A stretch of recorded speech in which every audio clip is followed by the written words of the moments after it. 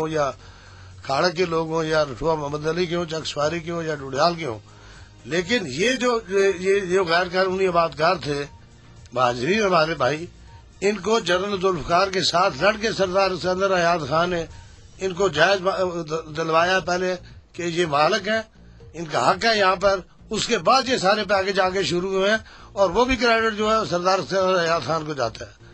اگر ان کے پاس ہے تو یہ پیسے دیں۔ آج سے 5 سال پہلے جو قیمتیں تھیں، آج سے لوگوں کے گھر ان سے نہیں بن رہے ہیں، آج ان کی حکومت ہے۔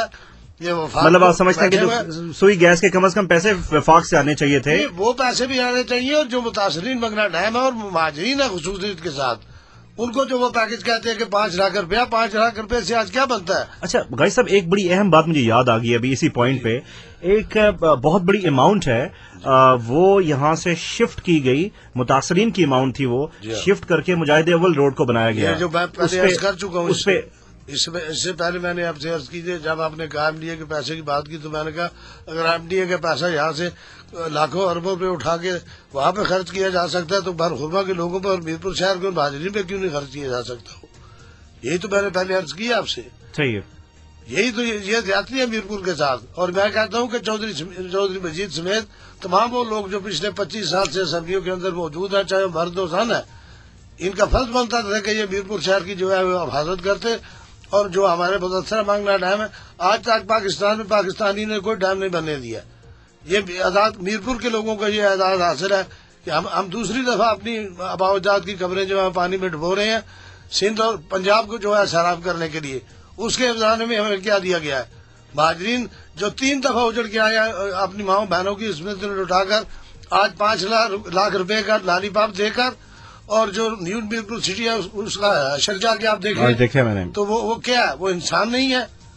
یہ مہاجرین کا حق بنتا ہے، ان کو 15 لاکھ روپے ان کو دینا چاہیے اگر یہ مہاجرین کے ہمدرد ہیں اور اگر یہ میرپور کے ہمدرد ہیں۔ یہ ہم نے جتنی ڈیم کے لیے قربانیاں ہم نے دی ہیں، میرپور کے لوگوں نے سب سے زیادہ ریونیو ہم لوگوں نے دی ہے۔ جب ہم اسلام کرتے ہمارے وہ تارکین کے وطن جو بیرون ملک بیٹھے ہیں، 40 سال میں جتنے پیسے وہاں سے لوگوں نے بھیجے ہیں، کوئی دنیا کا ریکارڈ نہیں ہے کہ اس سے زیادہ کسی اور شہر سے یا کسی اور جگہ سے کشمیریوں سے زیادہ پیسے پاکستان کے بینکوں میں آئے ہوں۔ میرپور سے سب سے زیادہ ٹیکسز جاتی ہے، میرپور سے سب سے زیادہ اوقاف کے پیسے جاتے ہیں، صحیح، میرپور سے سب سے زیادہ جو ہے وہ بیرون ملک سے لوگ پیسے بھیجتے ہیں۔ منگلہ ڈیم بنتا ہے تو یہاں بنتا ہے، اپریچنگ ہوتی ہے تو یہاں ہوتی ہے۔ اس کے مقابلے میں انہوں نے کیا دیا اس کو میرپور شہر کو؟ کسی نے 3 سڑکیں بنا دی ہے، کسی نے 2 سڑکیں بنا دی ہے، کسی نے، یہ سب لوگ اپنے اپنے حلقے تک محدود ہیں۔ کسی نے میرپور کے حقوق کی حفاظت نہیں کی اور کسی نے صحیح معنی میں لوگوں کی خدمت نہیں کی۔ آج لوگ دھر بدھر پھر رہے ہیں۔ 5 لاکھ روپے میں آپ مجھے بتائیں ملک صاحب، 2 کمرے بھی بن سکتے ہیں۔ 6 ان کے بچے ہیں، چھوٹے چھوٹے بچے ہیں ان کے، مہاجر ہیں، لوٹے پٹے آئے ہیں، 65 میں مارے کھائیں، 47 میں مارے کھائیں، 71 میں مارے کھائیں پاکستان کے لیے۔ منگلہ ڈیم کا طوفان آیا تو وہ بھی ان غریبوں پہ پڑا، وہ بھی قربان دی تھی تو پاکستان کے لیے۔ یہ بتائے کہ آج تک یہ پاکستان کے اندر یہ فیصلہ نہیں کر سکے۔ یہ ہم کشمیریوں کی بدقسمتی ہے کہ ہم پاکستانیوں سے بڑھ کے پاکستانی ہیں، اور اس کا افسانہ میں ہم پاکستانی قوم کی شکر گزار ہیں۔ اس نے ہمیشہ ہماری مدد کی ہے، چاہے وہ زلزلے کی بات ہو یا کوئی بات ہو، لیکن پاکستان کے حکمرانوں نے ہمیشہ پاکستان کے ساتھ جو ہے آزاد کشمیر کے لوگوں کے ساتھ جاتی کی ہے۔ ہمارے حقوق چھینے گئے ہیں، کشمیر کونسل جیسی لعنت کو ہمارے سر پہ مسلط کیا گیا ہے۔ ہمارا جو پیسہ جاتا ہے اس کا ٹیکسز کا، وہ کشمیر کونسل والے لے جاتے ہیں۔ چلیں اب تو میاں نواز شریف صاحب کو کہیں گے نا اب یہ ساری باتیں، انشاءاللہ تعالی ہم یہ ختم کروائیں گے اگر اللہ کو منظور ہوا۔ یہ مجید صاحب ہمارے ساتھ ہی بیٹھے ہوں گے اسمبلی کے اندر، اللہ کو منظور ہوا تو ہم یہ چیزیں ختم کریں گے جب مسلم لیگ نون کی حکومت انشاءاللہ تعالی بنے گی۔ صحیح، بالکل ٹھیک ہے۔ میں آپ سے بات کرنا چاہ رہا ہوں کہ آپ نے سب کے بارے میں بات کیا، جنہوں نے کچھ نہیں کیا، پیپلز پارٹی نے کچھ نہیں کیا، مسلم کانفرنس نے کچھ نہیں کیا، باقی جماعتوں نے کچھ نہیں کیا، آپ نے کیا کیا؟ غازی صاحب آپ بتا دیں اس لیٹر کے علاوہ۔ جی یہ اس محلے سے شروع کروں۔ جی یہ اسٹیڈیم میں نے بنوایا، میں وزیر اسپورٹ تھا، میرے انیشیٹو پہ یہ اسٹیڈیم بنا ہے، یہ آپ کے سامنے ہے۔ یہ آپ کے اوپر جو عیدگاہ بڑی ہے، اس کی 4 دیواری جو ہے، یہ 91 میں نے تعمیر کروائی تھی، ورنہ یہ ساری ختم ہو گئی ہوتی، لوگوں نے تحفظات شروع کی ہوئی تھی۔ یہ اس سے تھوڑے عرصہ پہلے F1 کے اندر ہی میں نے بچوں کے اسکول میں ہال جو ہے تعمیر کروایا ہے۔ بچوں کے اسکول میں نے 91-92 میں ٹائلٹیں بنوائی ہیں، 4 دیواریاں بنوائی ہیں، یہ ڈیوز آفسز میں نے ابھی بنوائے ہیں. یہ اسکندر صاحب کے وقت ہم نے منظوری لی تھی. یہ ہائی اسکول نمبر 2 کے پیچھے تمام ڈویژن کے دفتر ایک ہی چھت کے نیچے. یہ سہولت جو ہے یہ میرے جیسے کارکن کی جو ہے یہ محنت کر. جب بان خورما کی بات کرتے ہیں, بان خورما کو میں نے 7 ڈسپینسریاں ویسی منسٹر میرپور شہر کو دی ہیں. پہلے میں نے اسکندر صاحب کے وقت 85 بھی لے کے دی بان خورما کو. بعد میں اس کو بچہ اپ گریڈ کیا. یہ بچیوں کے اسکول کو جو ہے ہم نے ہائی اسکول کروایا. بچوں کے اسکول کو ہم نے ہائی اسکول کروایا. پرائمری اسکول کی پوری عمارت بنا کے دی. میری اگر بات کرنا چاہتے ہوں, میں چیلنج کرتا ہوں آپ کے اس فورم سے کہ ان میں سے جتنے لوگ ہیں یہ بیٹھ کے انڈیویجل کی اگر بات ہے تو میرے ساتھ یہ اس سے پہلے میں جلسے عام سینکڑوں جلسوں میں یہ میں چیلنج کر چکا ہوں. میں آج بھی آپ کو یہ چیلنج کرتا ہوں. آپ کو برات یہ ہے کہ آپ کو چیلنج نہیں کرتا ہوں, ان لوگوں کو گڑباچوں کو چیلنج کرتا ہوں. میں تو میں ڈر گیا تھا. نہیں, میں قبرستان میں نے ابھی آپ کو کہا یہ پھٹا ڈالا تھا انہوں نے بورڈ والوں نے. یہ 200-300 کنال جو جگہ ہے وہ میں نے جو ہے وہ کمشنر آ گئے تو اس کو جو ہے یہ لوگوں کے ایوان کے لوگوں کو لے کے دی ہے. میرا اگر حساب کرنا ہے رٹھوا محمد علی سے لے کے کھاڑا تک میں حساب دینے کے لیے تیار ہوں. میں چیلنج کرتا ہوں ان لوگوں کے آئے میرے ساتھ پریس کلب میں بیٹھ کے بات کریں, آپ کے فورم پر بات کریں, چوک شہیدہ میں بات کریں. پھر تفصیل میں آپ کو بتاؤں گا کہ میں نے میرپور شہر کے لیے کیا کیا. ہاں, میں نے تختیاں کبھی نہیں لگوائی, میں نے ڈھول کبھی نہیں بجوائے, میں نے نعرے کبھی نہیں بجوائے. یہ میری غلطی نہیں. ڈھول بجواتے ہیں لوگ؟ کیا کرتے ہو, کمال کرتے ہو. ایک گلی چھوٹی سی بات نہیں تو ڈھول بجتے ہیں تو چلیں ڈھولیوں کو بھی پیسے مل جاتے ہیں. ڈھول بجانا کوئی بری بات تو نہیں ہے نا. صحیح ہے, ڈھول بجانے میں مجھے اعتراض نہیں ہے. صحیح. لیکن میں یہ کہتا ہوں کہ کیا کیا ہے. اچھا غازی صاحب, ابھی اب کالز کی طرف چلیں گے, لیکن اس سے پہلے میں آپ سے ایک چیز پوچھنا چاہ رہا ہوں کہ 2006 کے الیکشنز میں کیا ہوا تھا؟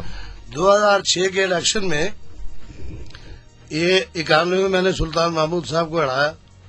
2006 کے الیکشن میں وزیر اعظم تھے. یہ ہر پولنگ پوری جتنی بھی انہوں نے مشینری تھی, جتنے پولنگ یہ جہاں پہ پریزائڈنگ افسر تھے انہوں نے اپنی مرضی کے لگائے. آپ یہ پڑھ لیں تو پھر میں جی 2001 کے الیکشن میں بحیثیت وزیر اعظم سلطان محمود نے پوری مشینری اپنے پولنگ اسٹیشنوں پہ اپنی مرضی کے بندے لگوائے. اس کی ریٹ بھی کی ہوئی ہے, قادری صاحب نے اس وقت کی تھی ریگنگ کے بارے میں جو جاری کیا گیا تھا اس الیکشن کو. اور پورے پروٹوکول کے ساتھ سلطان محمود ایک پولنگ اسٹیشن پر گیا ہے یہ متاثر کرنے کے لیے. اس کے باوجود وہ 2200 ووٹ سے آ رہا تھا. یہ سب لوگوں کو پتا ہے جو اوپر بیٹھے ہوئے ہیں. اور آخری ٹائم پہ آ کر انہوں نے راتوں رات وہ شام کے وقت انہوں نے سنوکڑیاں اٹھائی ہیں اور اٹھا کے ڈی سی آفس میں بیٹھ کے بورے لگا کے انہوں نے جو ہے چیلنج اس کو کیا ہے, چینج کیا ہے. وغیرہ یہ 2 دفعہ سلطان محمود صاحب خود اپنی زبان سے کہہ چکے ہیں کہ میں 2000 کا الیکشن اگر جیتا ہوں تو میں خوش قسمت تھا اور میں نیک نیت تھا. یہ نیک نیتی تھی, خوش قسمتی تھی یا ان کی چلاکی تھی.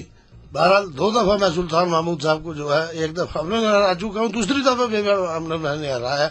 لیکن پوری مشینری ان کے پاس تھی, ویسی تھی. وزیر اعظم وہ یہاں پہ بیٹھے ہوئے تھے اور پورے پولنگ اسٹیشنوں پر جا کے انہوں نے اثر انداز ہونے کی کوشش کی. تمام جتنے بھی پریزائڈنگ افسر تھے انہوں نے اپنی مرضی کے لگائے تھے. لیکن میں میرپور کے لوگوں کو سلام کرتا ہوں کہ انہوں نے ہمیشہ میرے آبا اجداد کی خدمات کے سلسلے میں. بیرسٹر صاحب اس دفعہ اثر انداز ہو سکتے ہیں آنے والے الیکشن میں. بیرسٹر صاحب کو یہ پریس کلب کی آپ بات کرتے ہیں, ہم انشاءاللہ تعالیٰ اتنا پریشر بلڈ کریں گے سلطان محمود صاحب کا وہ گلیوں کوچوں میں بھی آئیں گے. مجھے جو میرپور شہر کے سیکٹروں کا نام گن کے بتا دیں سلطان محمود صاحب کہ میرپور کے کتنے سیکٹر ہیں تو میں ان کو مان جاؤں. صحیح بات کرتے ہیں. صحیح. اچھا جی, کالز کی طرف چلتے ہیں غازی صاحب.